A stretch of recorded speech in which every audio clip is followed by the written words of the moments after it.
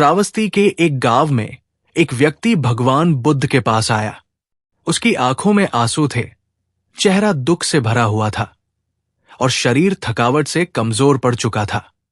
उसने करुण स्वर में कहा, गुरुदेव, मेरा एकमात्र पुत्र था, वो अचानक मृत्यु को प्राप्त हो गया। मैं उसे बहुत प्रेम करता था। अब न मैं ठीक से सो पाता हूं, नहीं भोजन कर पाता हूं।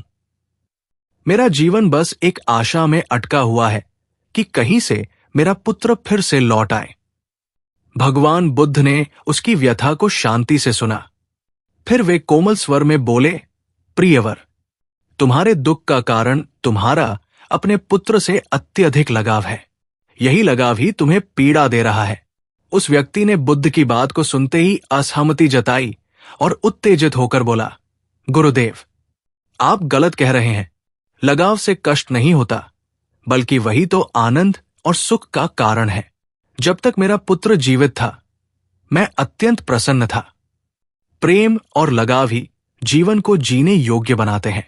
आप कह रहे हैं कि लगाव से दुख होता है, ये सत्य नहीं हो सकता। इतना कहकर वो व्यक्ति वहां से चला गया।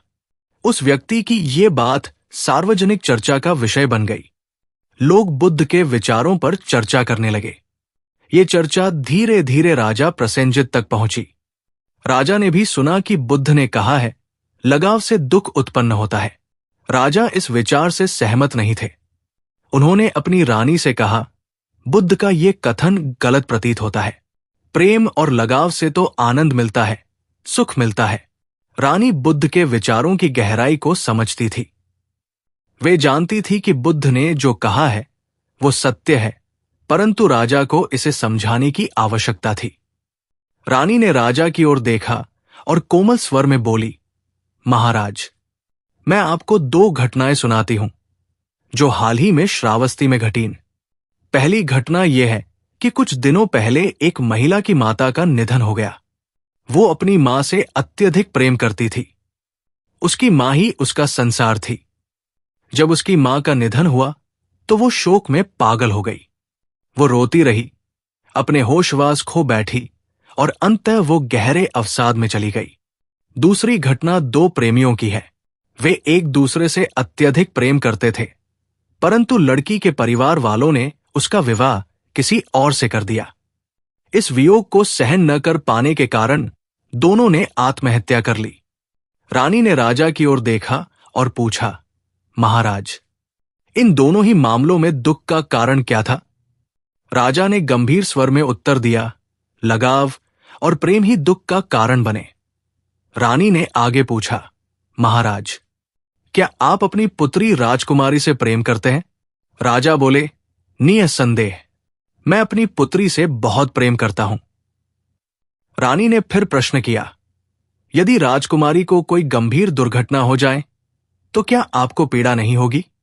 राजा के चेहरे पर गंभीरता छा गई। वे कुछ क्षण मौन रहे, फिर बोले, हां, मुझे अत्यंत दुख होगा। रानी ने मुस्कुराते हुए कहा, महाराज, यही तो बुद्ध कहना चाहते थे।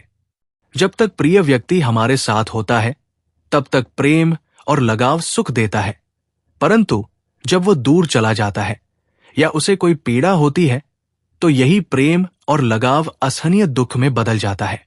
यही कारण है कि बुद्ध ने कहा कि लगाव से दुख उत्पन्न होता है। अब राजा को बुद्ध की बात का वास्तविक अर्थ समझ आ चुका था।